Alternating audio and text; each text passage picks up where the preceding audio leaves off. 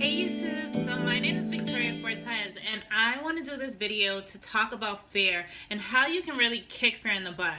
I've seen so many people talking about how they feel stuck and seeking help on how to really move past their fears, but when I look at the content that's available to help you do that, it doesn't really speak to me. It doesn't really show me or give me anything that I can use right now if I'm having a meltdown to move forward. So that's what this video is going to do for you. Stay tuned. Okay, so the number one thing that comes up when people talk about making progress and really getting things done that they want to do is fear. We always come across some stumbling block, something that makes us feel like, oh no, I can't do that. So what is that? So if you do know already, or if you don't know, fear is nothing more than a natural response that we have that's supposed to protect us from doing something that we believe is going to be hurtful or cause us some type of pain. So keyword I said here is belief. Your fear is directly attached to the beliefs that you have. So I want you to stop for a second. Take a moment and think about what it is that you're trying to do, what it is that you want to do, and think about what you believe about doing those things. Do you believe that it's not possible? Do you believe that people will make fun of you, that you'll be publicly humiliated? Do you believe that you won't have any success? You're not going to make money? Do you believe that your heart's going to be broken? What is the situation that you're going through right now? I want you to think about it, and I want you to really think about how you feel deep down inside about it. Chances are, if fear keeps coming up for you, it's because you believe negatively about what it is that you want to do. And if you have a negative belief about something, you can't take action on it. It's not going to happen because that fear is going to keep coming up. Okay guys, so step one into kicking fear's butt is becoming confident. And so what competence is having a specific skill or knowledge or experience in a specific area. So a lot of times when we feel fearful, it's because we don't know a lot about the area that we're going into, right? Like it's a change or it's a new something new for us. And so that fear will come up because you don't know what can happen. And a lot of times when we don't know what can happen, we fill that space with negative thoughts about what could happen. And so in order to help you cancel those negative thoughts out, what you want to do is to get as knowledgeable as possible in the area that you're fearful in. So if it's relationships, study relationships. Find out everything that you could possibly know about relationships. If it's business, study business. Study specifically your area and business and what you're doing and what people have done that did the same thing you're doing. Study their success stories though. Do not focus on negativity. Do not focus on worst case scenarios. Only focus on situations having the end result that you're looking to have for yourself. So what that will do for you is it will build your confidence and it will make you more equipped and make you feel or believe that you're more capable now of actually going ahead and executing and taking action. Okay, so step two is something that I personally do for myself. It is not something that you will hear normally suggested for you to do to help you feel better, but I do it and it works, and here's why.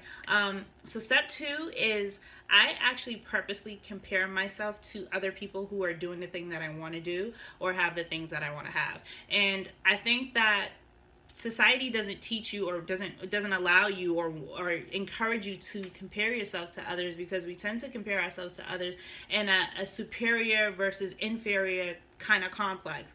And so what I do though is I look at people and I kind of look at what our similarities are and then what their flaws are. And what that does for me is it makes them real. It makes them it makes what they've accomplished something that is realistic for me to accomplish, and it just makes me feel more confident in the fact that I'm more than capable to do the things that I want to do or to have the things that I want to have. It makes me feel more confident in the fact that if they got it and if it worked for them, then it can definitely work for me. So I would definitely pick out some people, take take some time, and kind of do some social media stalking, and just check out their background, check out their story, and look at really who they are, and more so look at who they are from a perspective of really understanding who you are and realizing that you are never less than nor greater than anyone else, and vice versa. And so if there's somebody out there living the life that you want to live, there is no reason why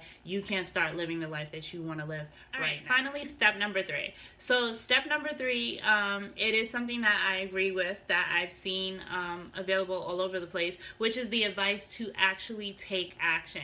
But I'm going to let you know that the action that you need to take does not have to be huge. And I think we get a lot of anxiety, and also that fear comes up because we think that we have to do big tasks, because we think that, you know, we have to get it done, get it all complete, whatever.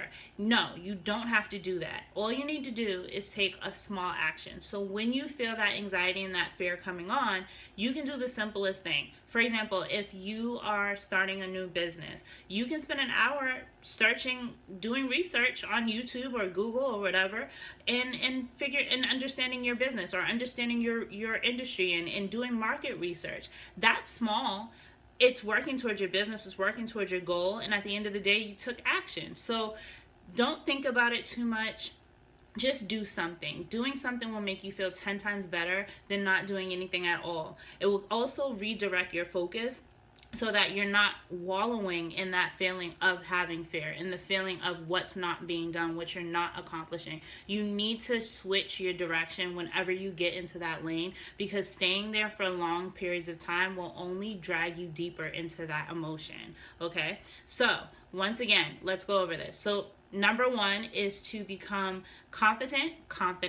Number 2 is to go out, find some people that are living a life or doing the things that you want and having the things that you want to have, and do a little comparison. Make yourself feel better. And number 3 is to take action. It could be the smallest action possible, but just do something. Do not allow fear to stop you. Don't allow fear to fill your mind. Do not allow fear to take you off course. I mean, it happens. It's a natural response. You know, fear is actually supposed to be something good for us. It's supposed to be something that protects us. So really, it's not a bad thing at all, but you just have to learn how to manage it. So I hope this video was useful for you. You can comment and like below, and you can also subscribe.